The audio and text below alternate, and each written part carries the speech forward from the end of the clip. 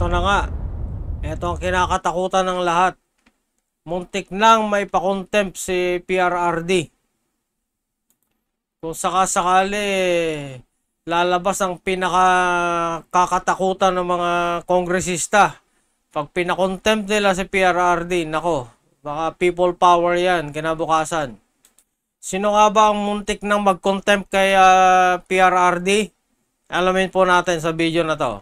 Mr. Chair, by the rules ako. salamat po Mr. Kindly Chair. wrap up, Congressman Abante. Nagbago ang pananaw ninyo sa Quadcom. Sapagkat nung sumulat si Atty. Degra sa amin na hindi kayo makaka-attend sapagkat wala kayong tiwala sa Quadcom, ang ibig sabihin po niyan, kayo ay nagpunta ngayon sapagkat may tiwala na po kayo sa amin. Maraming salamat po sa inyo. Sabi kasi na sir, na ipakontempt ako. So, siya, sir. Ayudan, Congressman Abante. Yes, Mr. Chair, maraming salamat po. Okay, maraming salamat din po. Ikaw yan, sir. Nagsabi na, we will cite him in contempt. Ayan na, asar talo. Sino kaya itong asar talo na to? Contempt, sir. Priso yan eh. Mr. Chairman. The next to interpret. Ayun. Oh, nahulaan niyo ba yung boses? Kaninong boses yan? Sabi niya, Mr. Chairman. Pakinggan niya. Yes, Congressman Paduano. Si Boy Contempt pala. Si Paduano. Ayan, ano kayo sasabihin ni Paduano? The former president is not yet recognized in telling this committee and me to cite you in contempt. I never cited you in contempt. But Oo, never. Kasi pag ginawa mo yan, people power yan. believe you me, I will not hesitate to cite it in contempt if Yabang mo ha. Sige, subukan mo lang. you violate these proceedings. The internal rules. I will invoke Section 11 and your Section 11. Ano yun? Yun ba yung lunch break? former congressman, and you know that. I never cited you in contempt. Galit na galit oh. Tingnan mo yung mata. Tumitirik. Cool lang, cool. Mr. President, well, in fact, I just raised a point of order. Oo, yung daliri mo. Baka makapagturo ka dyan ng nuno. Maputol yan. Kaya, sir, takot ako sa iyo. Hindi. Oh, takot nga sa'yo eh. Tingnan mo naman yung mata mo. Nakakatakot.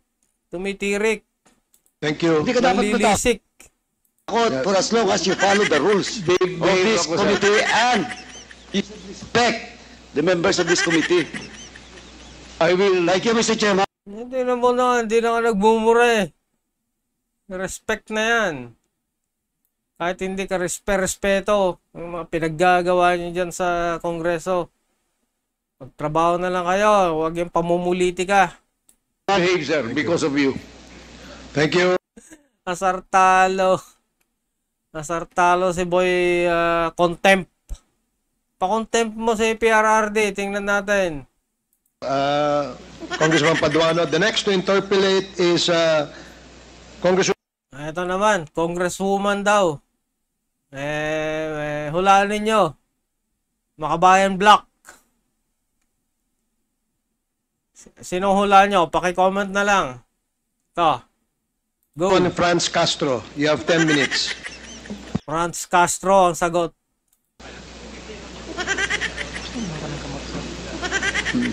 Ano naman kayang kalokohan ng mga pagtatatanong nito? Mga out of order question na naman to mga to.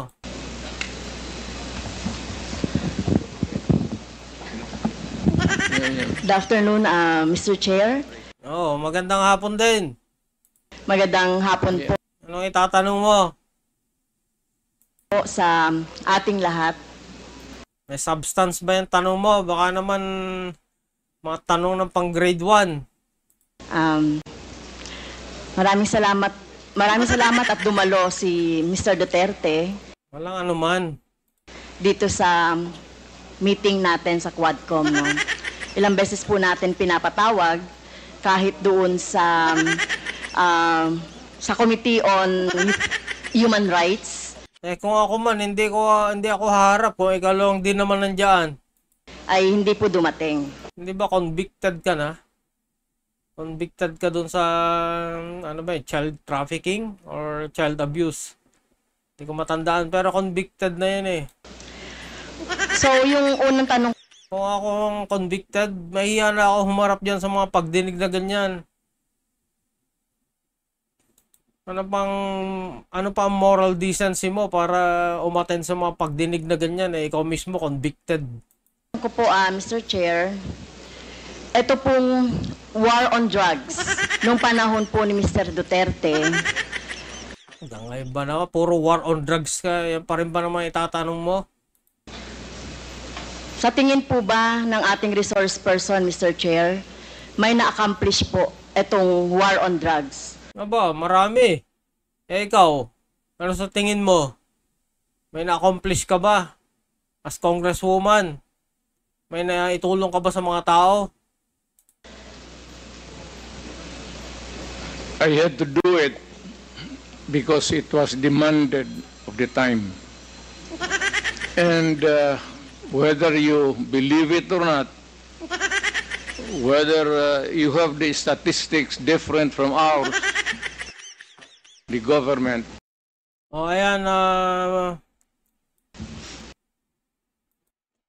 ayan, Franz Castro ha.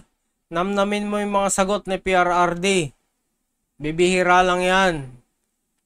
Tingnan mo kung gaano kalalim yung mga sagot niya. Sa tingin ko, hindi abot ng utak mo yan. It has gone a long way to protect the people, especially the children. Successful po.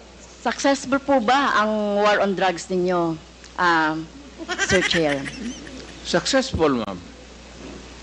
So, how do you measure po yung success ng war on drugs? Well, because there is na-minimize yung drugs.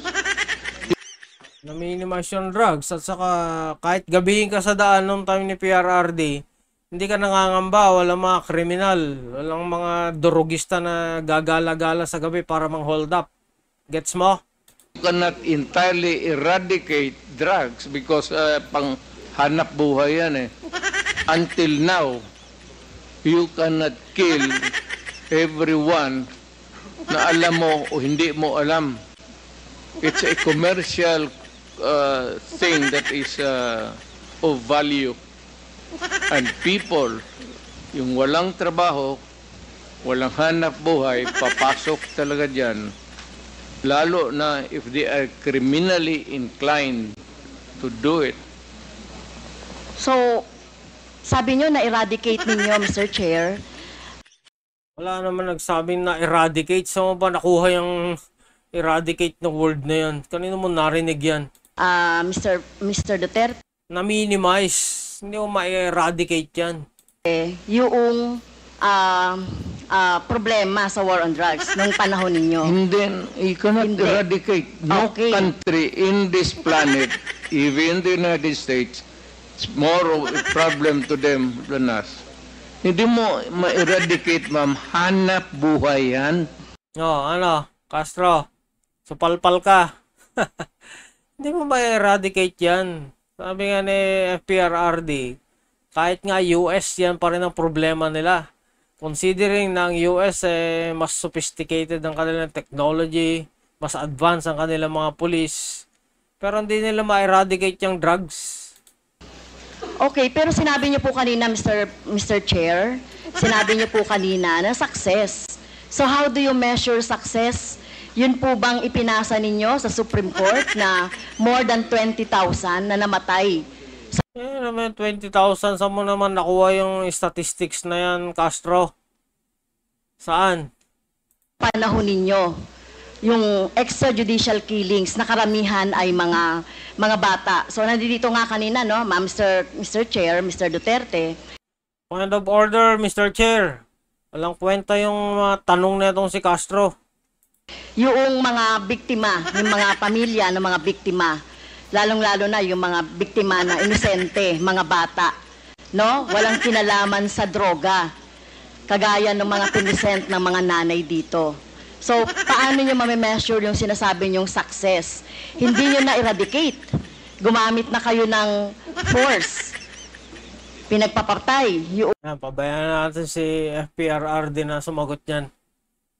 mga suspected na mga Ayaw ko sayangin yung oras ko sa pagsagot at pagkukomento kay Franz Castro. drugs personality. Pero hindi pa rin na-eradicate. Sabi niyo, hindi niyo ma-eradicate yan kahit na gumamit na ng patayan. So, paano niyo nasabing success yung sa panahon ninyo itong war on drugs? Indexes in the sense that it was minimized. Hindi naman that's a relative word. Pero, you know, I cannot...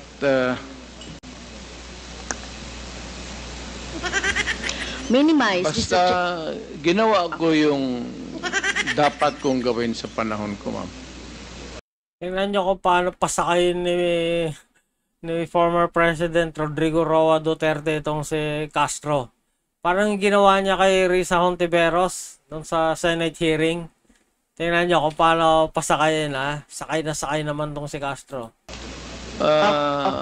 Whether it is really acceptable to all or none at all, ginawa ko yung dapat gawin ko as president at that time.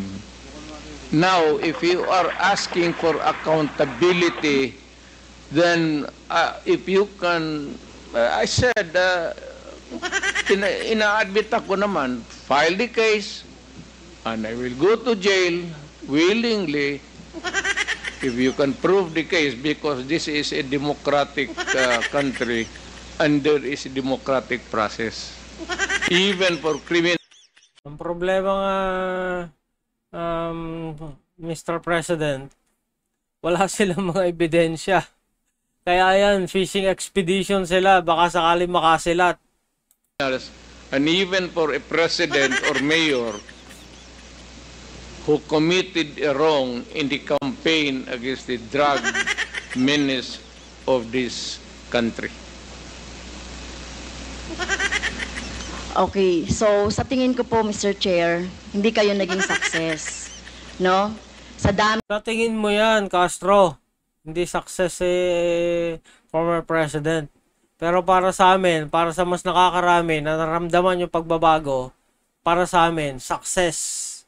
Comment na lang po kung kayo ay pabor sa sinasabi kong success yung war on drugs ni former president. ng napatay na biktima ng EJK, hindi yon, no? Hindi yon yung makikita natin na na-minimize na talaga yung droga. In fact, tama ba to, Mr. Chair, na wala namang mga big fish na nahuli during your time? So, pwede mang magbanggit, Mr. Chair, si Mr. Duterte, na mga big fish, yung mga drug lord, mga nagmamanufacture ng droga during the time. Kasi ang nakita lang natin ay bloody, no? Dugo ng ating mga maliliit, mga mahihirap na mga mamamayan. Pwede ka bang magbanggit, Mr. Chair, si Mr. Duterte, na drug lord o malalaking smuggler ng droga na napatay or nahuli or napakulong sa panahon mo? Ma'am, Ano? Pakinggan nyo mabuti ang sagot ni PRRD. Tatanggalin ko na F muna. Masyado mahaba eh. Pakinggan natin yung sagot niya. Matutuwa kayo. Talagang aasarin niya daw si pangalan nito, Franz Castro. Ayan, tingnan nyo. Aasarin niya yan. magtanong ako.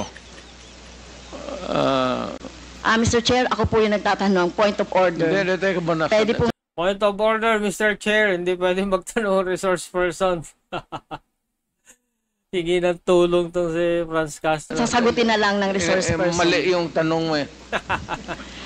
So, Mr. Chair, bakit mali po yung tanong ko? Ang tinatanong ko lang po, may nahuli ba kayo na malaking kriminal, mga drug lords, mga nagmamanufacture ng droga sa panahon niyo po? Hindi pa yun yung nakakatuwang sagot ni PRRD. Meron pa. Kasi ang nakita lang ng tao ay yung mga namatay na mga bata, na mga small time, na mga drug addicts, or mga pusher, etc. O meron mang mga LGU na mga mayor, merong iba. Kaya lang, yung pinanggagalingan po ng droga, meron po ba, Mr. Chair? Meron, ma'am. Marami doon nasa dagat, harap ng Davao. Yung iba naman dyan sa Mount Apo. Can you elaborate on that? Anong dagat at anong tapo? Tinapon ko. Sino po yung mga tinapon ninyo na mga drug lord at smuggler at malalaking fish sa droga? Hindi ko na tinanong bakit pa ako magtanong. Basta pag nahuli, drug lord, I take over, lagay ko sa bangka, pagdating doon sa dulo, talian ko yung kamay pati paa, tapos itapon ko. Naisahan na naman to si Castro. Sasakyan naman to ngayon ni Castro. Sige, tingnan niyo. Okay. So, dapat po magbanggit kayo. At alam ko po, Mr. Chair, si Mr. Duterte ay isang lawyer. At alam ninyo yung due process. Papansin ninyo, kung ang nagtatanong kay PRRD, pilosopo, out of order, yung sagot niya siyempre, out of order din. Pinapasakay lang din niya. At alam nyo ba paano pahalagahan ang buhay? Whether yan po ay talamak na kriminal o wala ng pag-asa sa buhay or whatever, kung nahuli, dapat ay binigyan ng due process, ikinulo, inahuan ng cases, kinulong, at hindi agad-agad ng pinapatay na katulad ng ginagawa ninyo, Mr. Chair, ni Mr. Duterte. Ginagawa ni Mr. Duterte yung sa sinabi niya. Ma'am, ang preso kasi ma'am sa amin is only good for 40, 50. Minsan umaabot na kasi ng 80, 100. Overcrowded na. So, yung iba, itatapon mo na lang para medyo maluwang. Yan na, sakay na naman to si Franz Castro. Tingnan niyo yung tingnan niyo yung reaction ng mukha niya. Sakay na sakay. Okay. Well, excuse me sa mga audience, no? Siguro may kakampi dito si Mr. Duterte. Hindi po nakakatawa yon. Hindi ako nagpapatawa, ma'am. Pero hindi po kami natatawa. Mr. Chair, wag mong gawing katatawanan ang hearing na ito. Sinasabi ko sa iyo. Well, naging presidente ka, Mr. Chair. Correct. Pero dapat alam niyo po yung due process at pagpapahalaga sa buhay. Hindi yung ganyan. Sino bang may kasalanan? Bakit po congested ang ating mga kulungan? Sakay na sakay talaga tong si Castro dalang-dala. Diba? Bakit po sinasabi ninyo, hanap buhay ng ibang mga tao, yung droga? Masyadong gullible, madaling mauto. Madaling mapasakay itong si Franz Castro. Diba dapat obligasyon ng pamahalaan na i-provide ng pagkakataon, oportunidad para sa employment ang mga tao para hindi po na sa droga na katulad ng sinasabi ninyo, no, mga dahilan. Pero ito po, no, wag niyo pong gawing katatawanan. Kung totoo po yung sinasabi niyo, name names. Sino po yung tinapon niyo sa sa dagat? Nakita pa po ba yan ang kamag-anak niya? Ito katulad po ng mga biktima ng droga, ng biktima ng EJK dito. Daming gullible talaga ng si Castro Sakay na sakay doon sa kwento. Davao man ako assign, ma'am. Hindi po. Hindi ito man katulad dito? nito, katulad niyan. Sinabi po Mr. Chair ng ating ni Mr. Duterte na pag may nahuli siya na sangkot sa droga o malalaking fish, tinatapon niya. So ganun na po ba ka-cheap?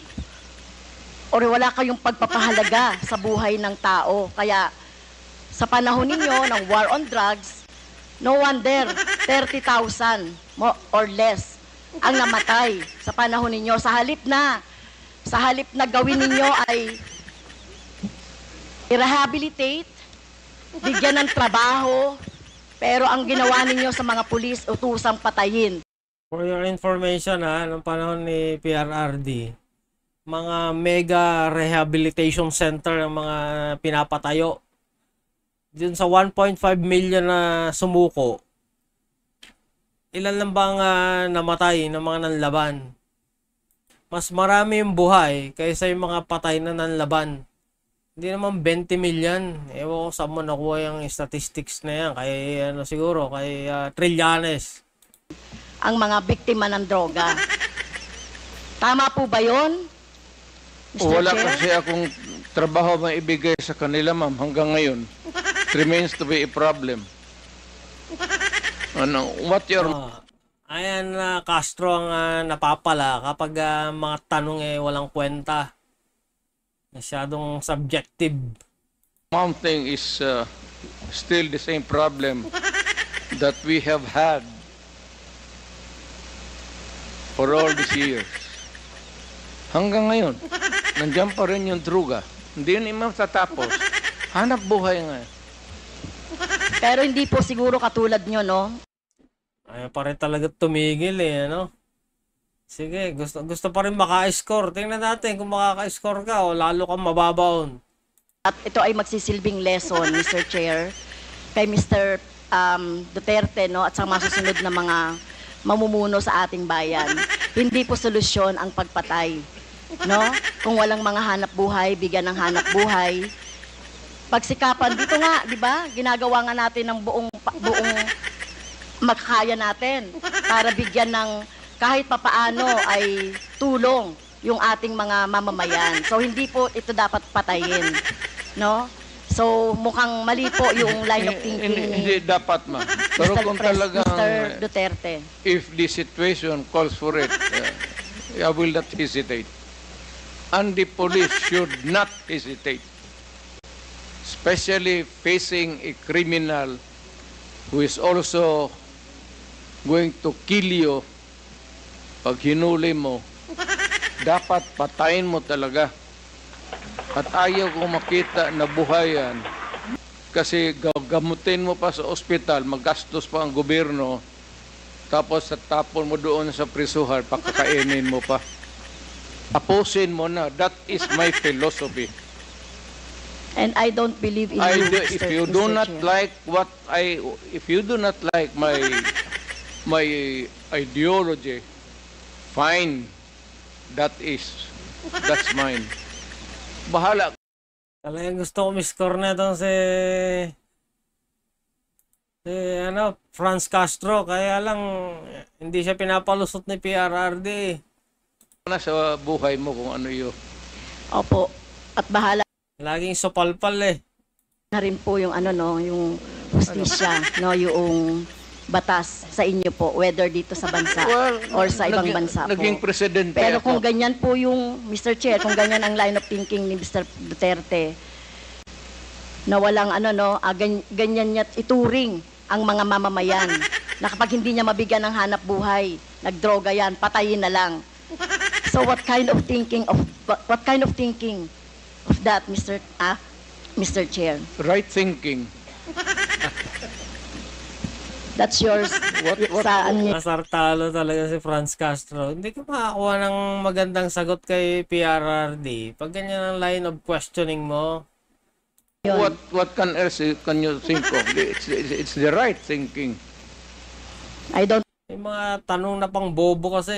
Hindi ka siyempre makakuha ng sagot na pang matalino. Sagot na pang bobo din ang makukuha mo. believe in you. Okay, next, Mr. I'm not Chair. asking you to believe in me. Okay, fine. Far from it.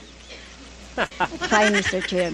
In Far from it. Hanggang buwan. same Senate hearing,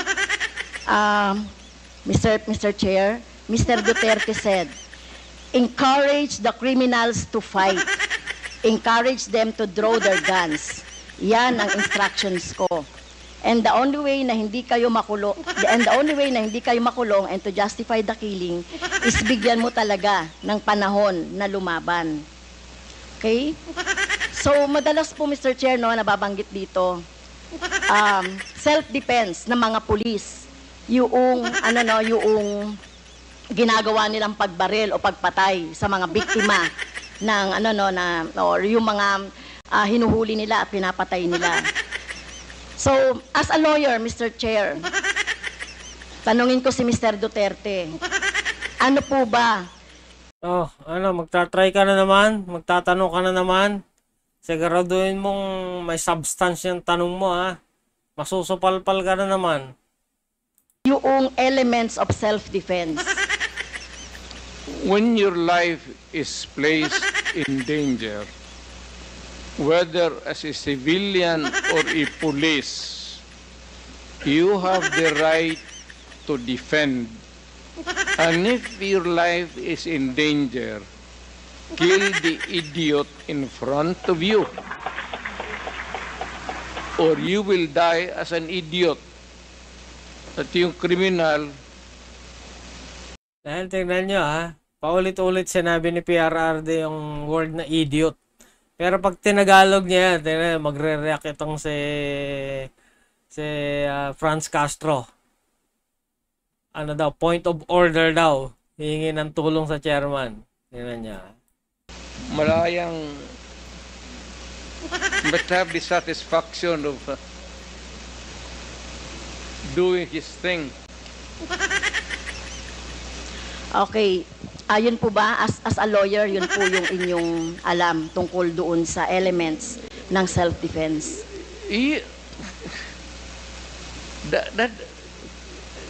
Ibang ano ma'am, performance of duty, yung self-defense, elements of self-defense, kasali yan doon sa, it also at favors the policeman or soldier. Isa lang ang standard niyan, ma'am.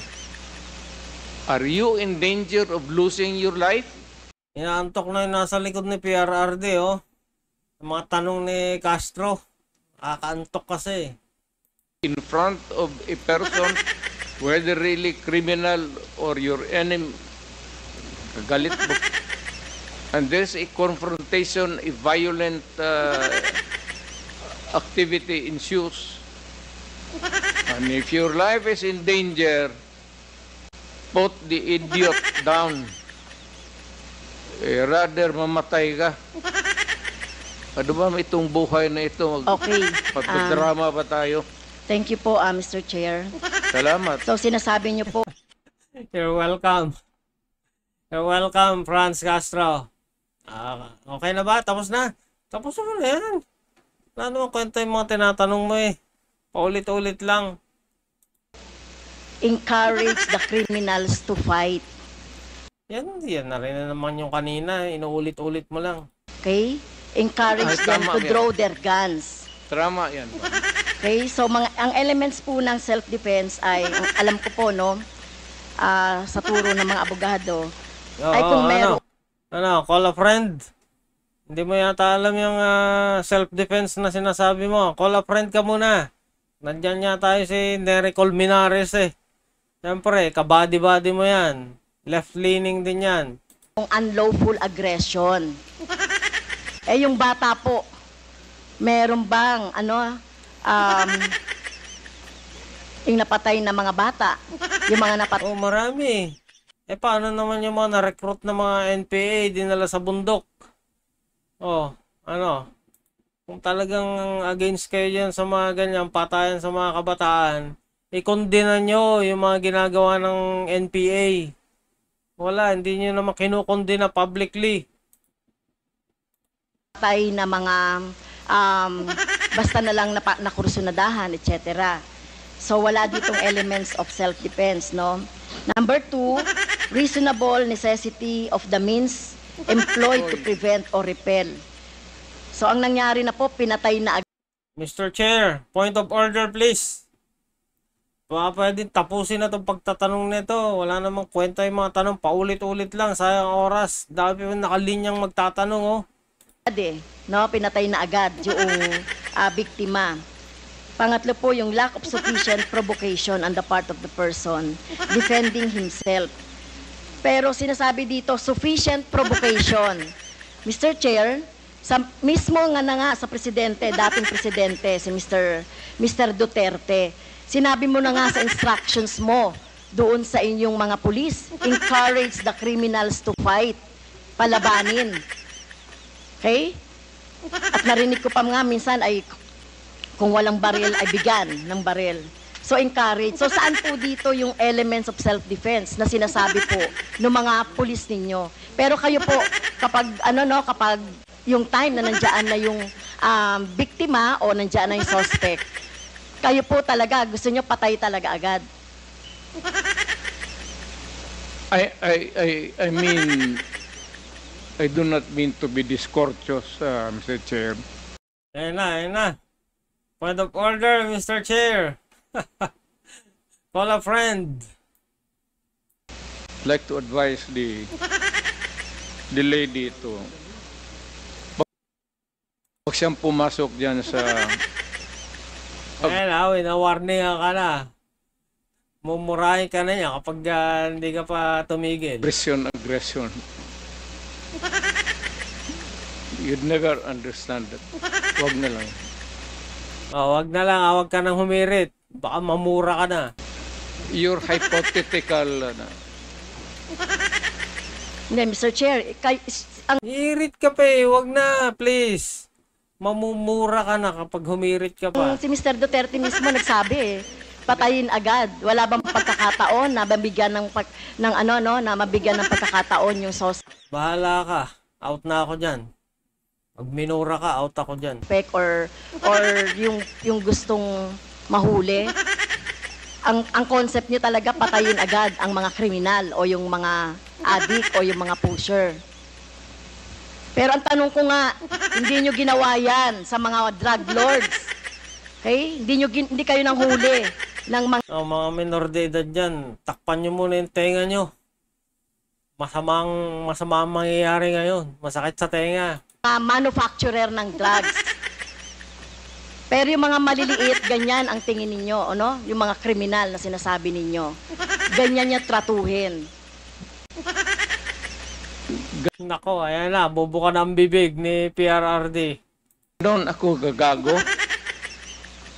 Excuse me, Tingin mo, point of order. ganon ako Point of gagago? order, Mr. Chair. Kanina sinabihan na Point of order, Mr. Chair. Call a friend. Kaya kasi, kaya bang i-handle si PRRD? natin na may rule na bawal gumamit ng manaswang salita or hindi Hindi magandang salita. salita. I'm using a word. Ayan. Pakinggan mo yung paliwanag ni PRRD. Am I that stupid? English yan. Ang Tagalog niyan is ganon ako gagago. Kanina pa sinasabing word na stupid. Di ka naman na nagre-raise ng point of order. Nung tinagalog na, point of order na. Ano ba naman yan? Kanina pa kita wina-warningan kasi. Tigilan mo na yung line of questioning mo. Walang kwenta yan. Abogado ako, fiscal ako, ganon ako gagago. Tama kayo, Mr. Chair, tama po si Mr. Duterte, abogado kayo. Pero alam ko, pag abogado, dapat alam niyo po yung due process of law. Alam niyo pong igalang ang karapatan at buhay ng tao, Mr. Chair. Huwag ka bang barurong, ma'am? Huwag ka kasi magmarunong. Huwag niyo kasi bilangin yung mga namatay at yung mga naapektuhan. Kasi napakalit na porsyento lang yan. Ilang milyon ba ang Pilipino na nag-benefit nung time na yon na nabawasan ng mga durugista sa lansangan. Yun ang milyon-milyon kumpara naman din sa sinasabi niyong 20,000. Hindi nga 20,000 dyan 6,000 dyan. Saka hindi naman yan polisiya ng gobyerno na pagpapatayin yung mga yan. Mga nanlaban yan Yung iba, dahil sa panlalaban ng mga kriminal, ng mga durugista, collateral damage, mga nadamay. You do not know me from Adam. Basta na lang na anong narinig ninyo yung Basta kung ano yung nababasa nila at napapanood sa Rappler, former president. Yun na yung basehan nitong si Castro. that's is, Okay. You have 3 minutes Okay. left, Congresswoman Castro. Oo. Castro. Yan 3 minutes left na yan. Sana ayusin mo na yung pagtatanong mo para na maka-score ka. Ala eh. Hanggang ngayon, 0 pa rin, butata. Last time na po ba, Mr. May last pa. Kakasabi nga 3 minutes pa. Tinatanong mo na naman kung time na. Bingi ka ba? Chair? You have 3 minutes left. 3 minutes na lang. Okay, thank Nawala sa huwisyo tong si Castro eh. Oh. Halata. Nadali siya ni PRRD. Oh. you, Mr. Chair. Biglang nawala. Nawala sa isip. Na blanco. Si Michael Yang po ay kilala. Ayan na, Michael Yang. Sige, tingnan naman natin. Makaka-score ka ba sa paggamit mo kay Michael Yang? Maganda na rin. Maganda rin natanong mo para maklarify ngayon. Mapanood ng buong mundo. Ng mga Pilipino. Kung ano ba talaga yung regarding kay Michael Yang na yan na lagi niyong ginagamit. Na at kilala pong malapit sa inyo sa kay Mr. Duterte, Mr. Chair. At in fact, sa panahon po ni Mr. Duterte, inappoint siya as economic manager.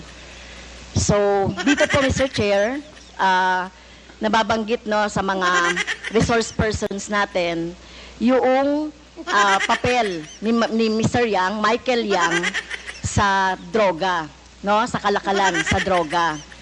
So, ang tanong ko po kay Mr. Duterte, Mr. Chair, gaano niyo po kilala si Mr. Na babagot na si PRRD, oh. Tingnan mo, naglilinis na lang siya ng kuko. Tatanggal yata ang dry skin sa palad niya. Yang o si Michael Yang? Michael Yang is an owner of a big department store in Davao City. Nag-irate yan, ako ang nag-cut ng ribbon sa department store niya. And every businessman, whether ang background mo hindi kung saan ka galing impyerno, if you want to have a picture with me, I will gladly oblige you. Even the criminals. Alam mo, do not confuse your just because they are Chinese and they suspect you. Michael Yang is out there. Ikaw, Castro, huwag ka daw ma-confuse. Confused kasi yung utak mo eh. He's not been arrested. Wala namang dossier na pinapakita sa akin. Kung mayroon ako na ang pumatay, hindi na kailangan ang pulis. Ako na mismo ang... Kung may ebidensya po tayo na involved siya sa droga, papatayin niyo rin po si Oo. Michael Yang? Ako? Maniwala ka? Kung may mga ebidensya po, Oo! papatayin niyo? Sasama, tawagan kita, kasama ko. Hindi po. Ayokong maging... Kasama ka, ikaw ang witness. Witness sa crime. Samahin Ayoko kita. pong maging katulad ninyo, at ayokong masama doon sa patayan. You will So, be a witness to a murder. Kunwari ka pa, Franz Castro, di sanay sa patayan. Huwag kami. Hindi ko po gagawin yun, Mr. Chair, sumama kay Mr. Duterte para pumatay. Yan ang problema mo. Di wow.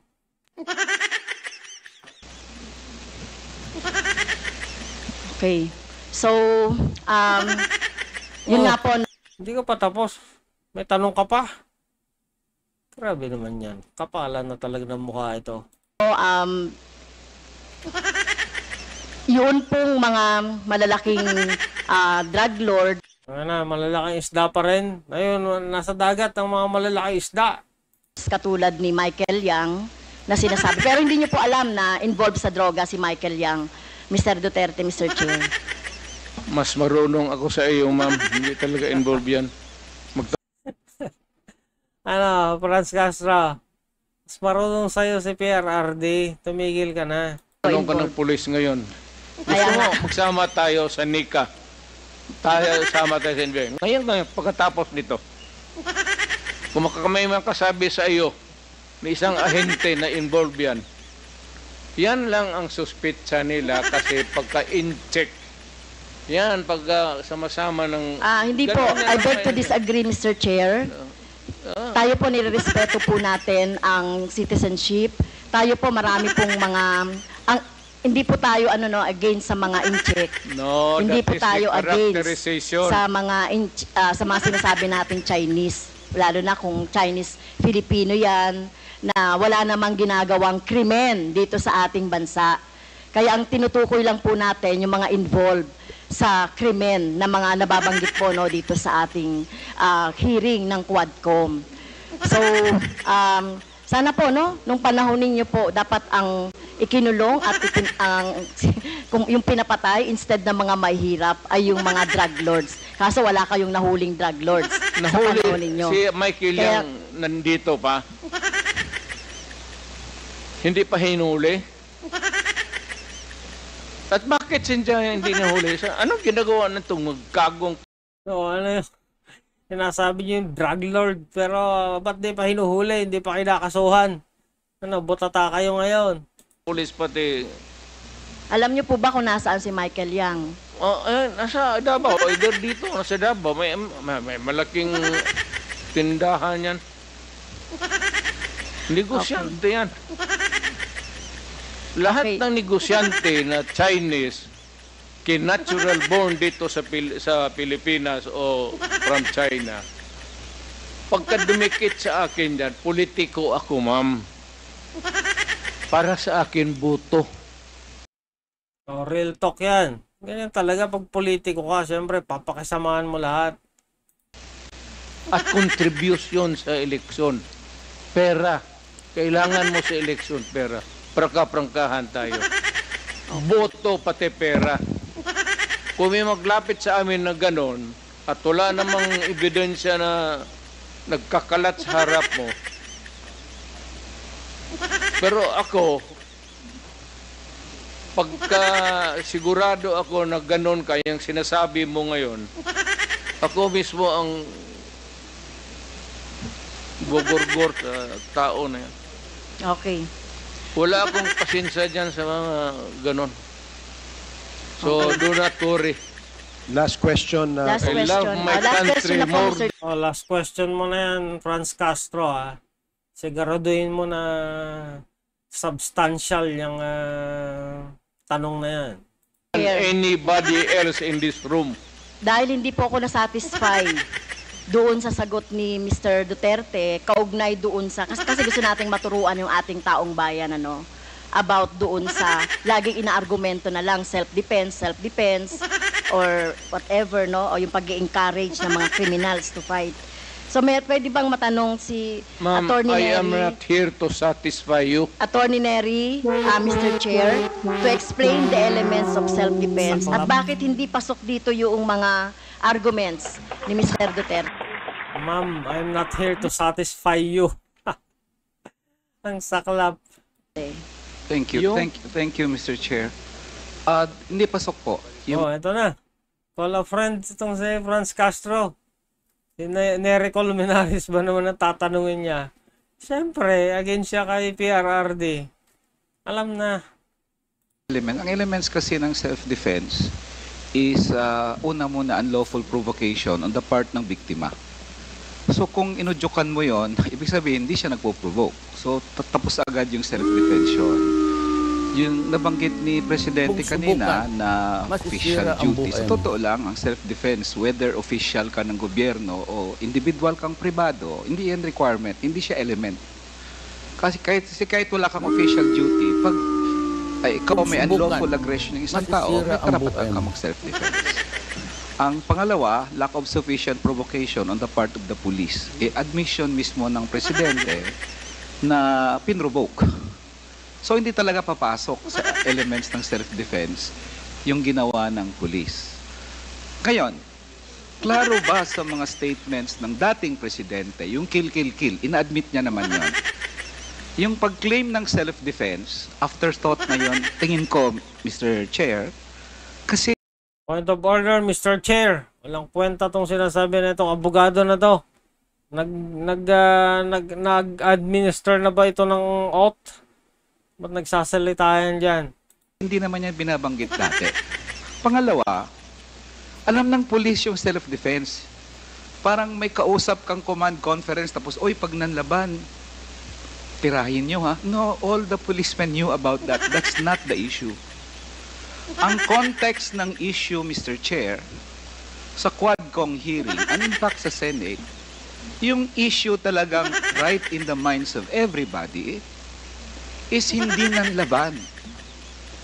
Wala namang nagdedebate dito na pag ang police ba ititreten, may karapatan ba siyang manlaban?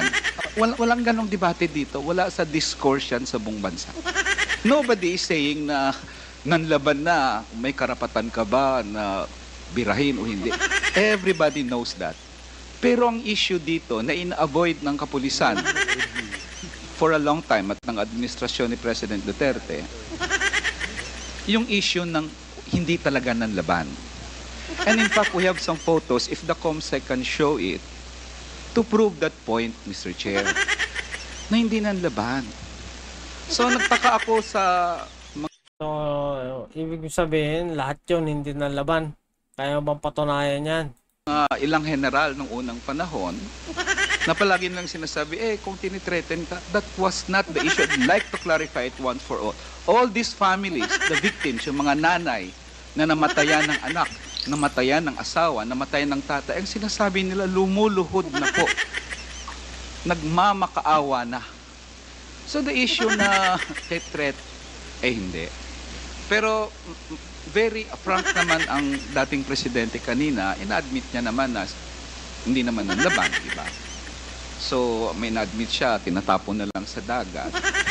So all these things naman shows na the issue of self-defense is not really an issue here. So the answer of the president as to the elements of the crime of self-defense is not on point, to say the least. And in fact, parang magkakaproblema ngayon ang mga pulis sa RTC kung saan sila kinakasuhan because the element of self-defense was already taken away. Okay. Thank you, Mr. Chair. The issue was Thank you, not Mr. raised. Wow, galing naman ni Colmenares. Sige nga, pag sinagot ka ng PRRD, soplak ka dyan. Sopalpal ka. Ito na. by me. Sumasa, I was just responding. Hindi ako mag-issue ng self-defense diyan kung bakit ako mag-yak-yak ng self-defense kung hindi yan binout out dito sa forum na ito. Sige po. Actually, ganito yan. May I be allowed to? Ang issue talaga dyan is yung police na pinapatay.